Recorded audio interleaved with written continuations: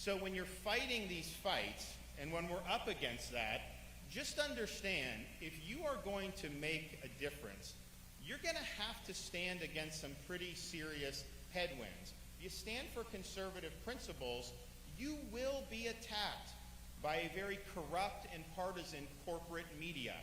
That will happen as a Republican. And it's not just shows like 60 Minutes, which they tried to come to Florida. They did 3 months trying to dig up dirt on me, and the best they could come up with was a half-baked conspiracy that even major Democrats were saying was an outright lie. But this is something that's part and parcel of what corporate media has become. They don't care about the facts. They care about partisan narratives. And if there's somebody that they don't like, somebody that's standing up against their orthodoxy and their narrative, like me, they're going to come after you.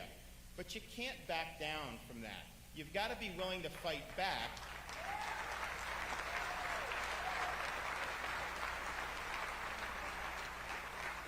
And I think when you look at the 60 Minutes, the fact that it blew up in their face was because we fought back.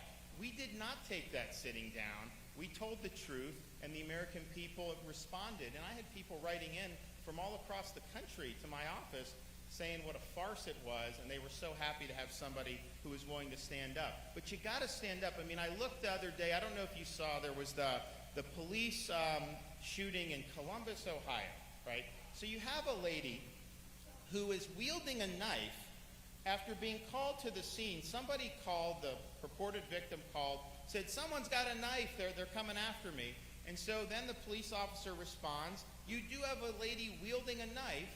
And so the police officer did exactly what the officer's trained to do, made commands, she wasn't listening, so he engaged, and he probably saved this other woman's life.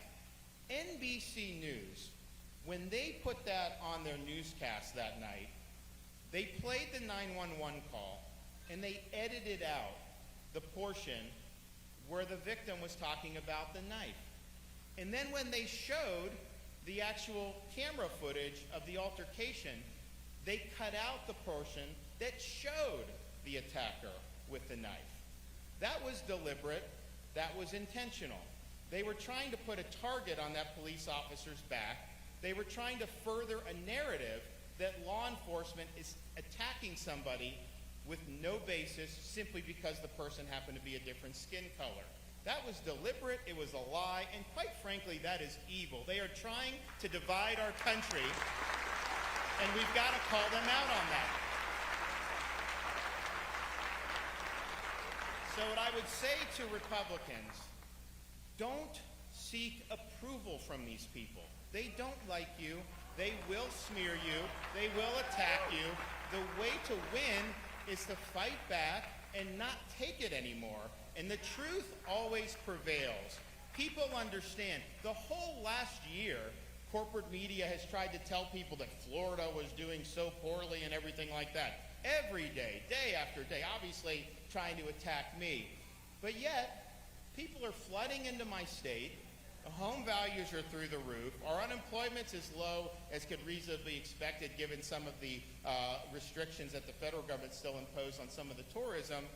And so people see through these narratives. So understand that and don't let these people set the agenda for our party anymore.